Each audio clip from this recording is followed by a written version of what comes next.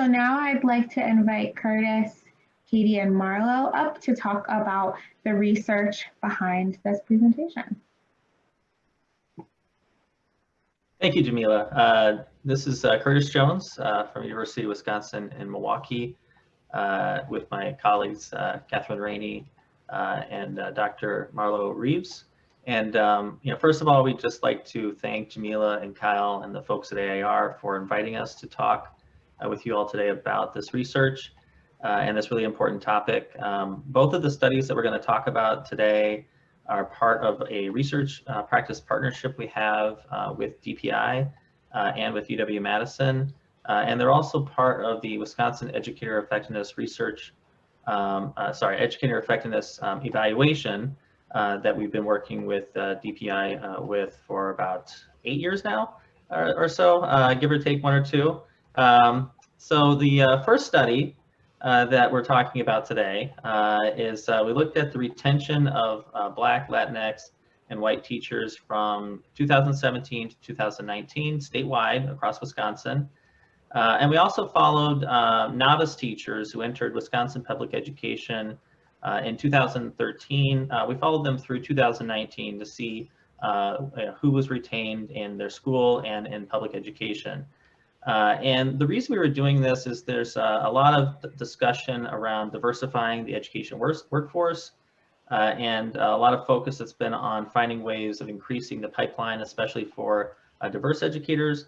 But it is our belief that that a lot more needs to be understood about why we have so few educators of color in Wisconsin and elsewhere before we can really understand how to best diversify the education workforce.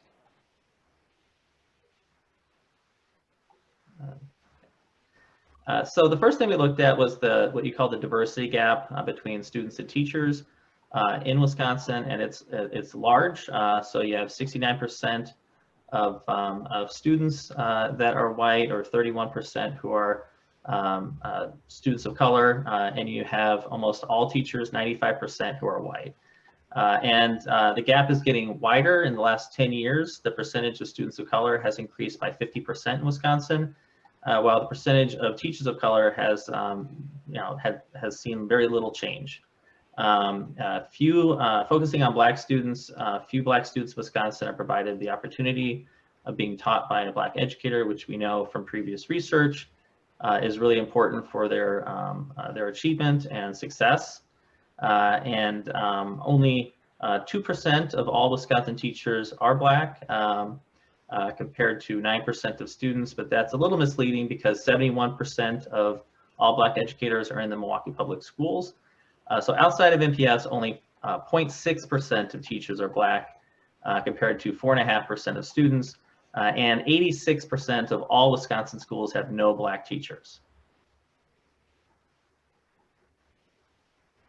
Looking at teacher retention across all teachers from 2017 to 2019, Black teachers were much more likely to leave their school and even public education than what we found was the case for white teachers. Nearly half, or 42%, of all Black teachers had changed schools or left public education within just 2 years. When we examined the retention of new or novice teachers, which as a group are already at risk of not continuing in public education, what we found was that nearly half of all new Black teachers who started their public education career in 2013-14 school year had not just left their school, had left public education in Wisconsin after just 2 years of being a teacher. So 48% of all new Black teachers had left Wisconsin public education after just 2 years. So what this really suggested to us is that we really need to understand what is happening during these first 2 years that is leading half of new Black educators to leave public education. And because of this, it might not make sense to increase the pipeline for Black educators if it means more Black educators will be subjected to the same processes that result in so many leaving public education.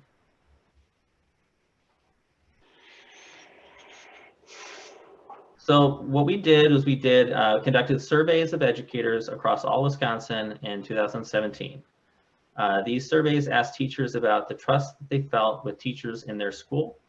When we compared the feelings of trust reported by Black, white, and Latinx teachers and related that to their employment in 2019. Related to the lower retention of Black educators, we found that there are serious intercultural communication challenges or interracial communication challenges that negatively and disproportionately affect the professional experiences of Black educators. These manifest as lower relational trust experienced by Black educators. Regardless of whether a Black teacher stayed or left their school, they reported much lower trust between educators in their school than did white teachers. So a Black educator that stayed in their school had lower relational trust than a white educator who left their school. This was found across schools and within schools. So if you asked a Black educator, who in many cases is the only Black educator in their school, that person will likely report much lower feelings of trust with other teachers in their school than asking a white teacher in that same school would.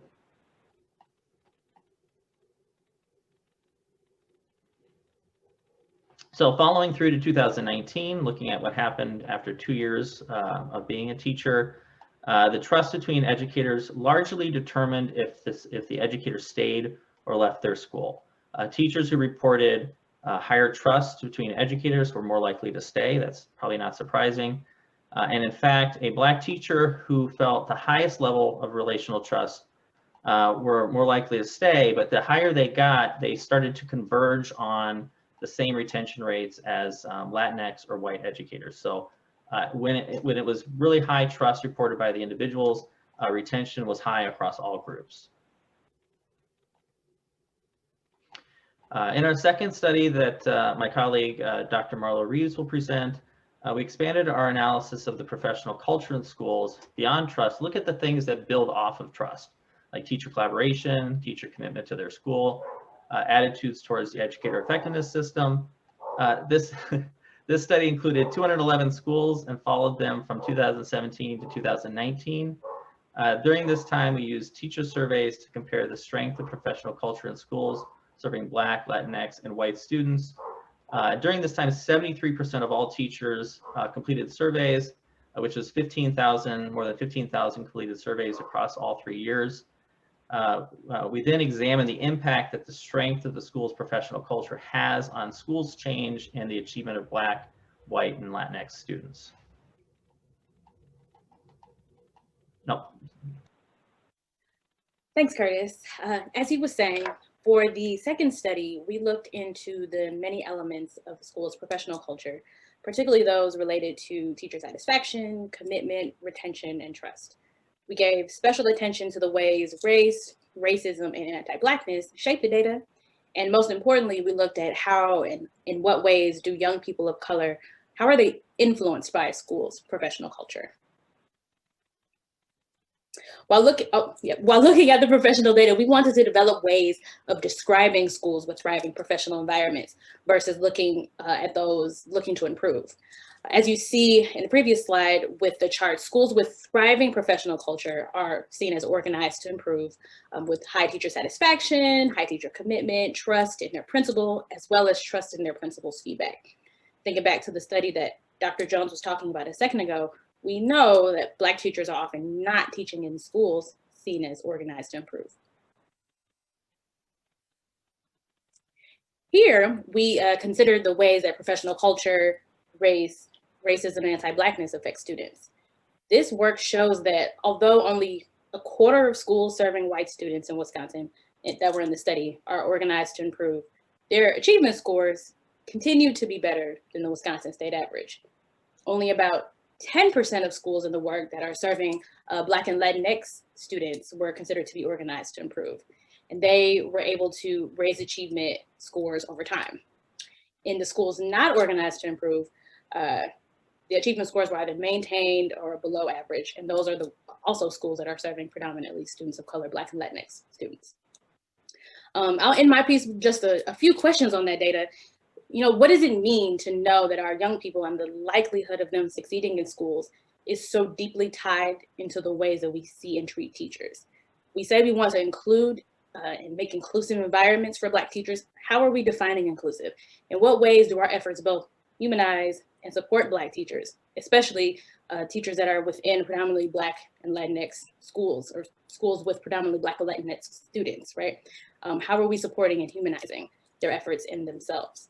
If teachers of color are pushed out and Black students are marginalized and achievement is racialized, what does it mean for states, districts, and educators, researchers, for those issues to continue to go unaddressed? Katie? Well, I think I'm going to take this last slide, and then Katie's after that. So just wanted to kind of tie some things together. Then Katie Rainey is going to talk a bit about some of the work that she's doing to act on the results that we've presented here. You know, the main thing that that kind of came from this work was that there's these serious problems and challenges of educators working together across races. You know, and it's likely related to bias and other factors. And there's a lot that's been done to provide educators training around bias and implicit bias, and around their interactions with students and families. And what we're showing is that it's at least as important that educators across racial groups get that same training, that there's that schools are organized to in an anti-racist way. And what this study also shows is the potential payoff of doing that well. We found really large achievement gap reduction in schools that had developed a strong professional culture that served Black and Latinx students. In some cases, the achievement gap was completely reduced. So it's about the students, and if we can find ways to create inclusive environments for Black educators and allow that the cohesion to occur within a school and the professional culture, then students will benefit to a great extent. Katie?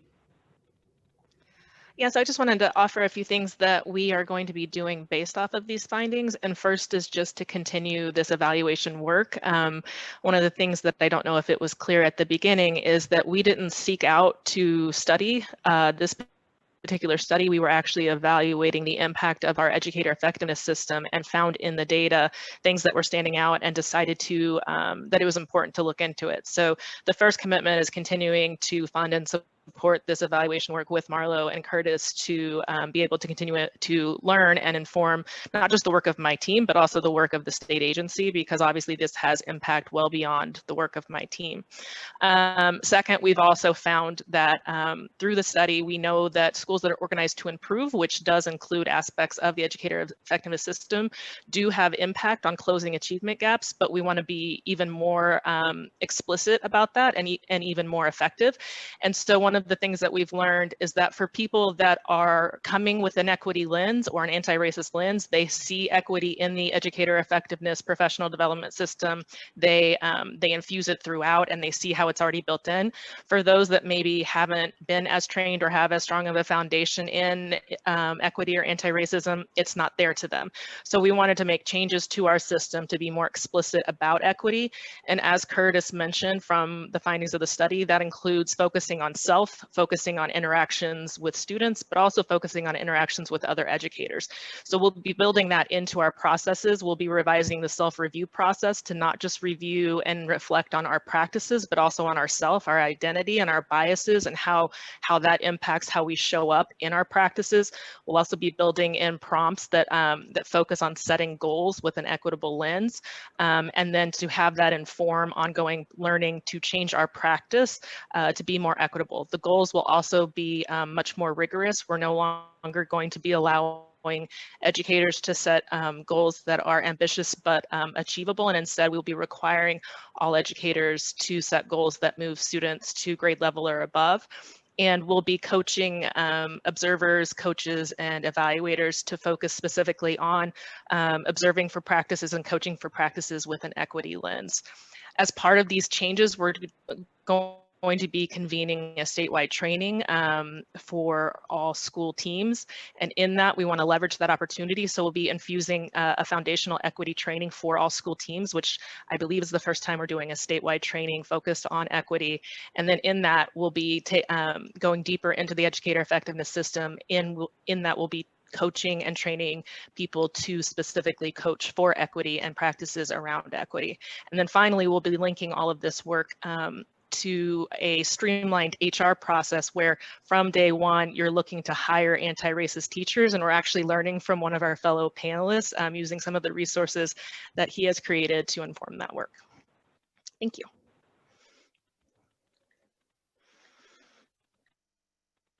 Oh, I was muted, sorry. Thanks so much, Katie, Curtis, and Marlo. That was a great presentation on the research.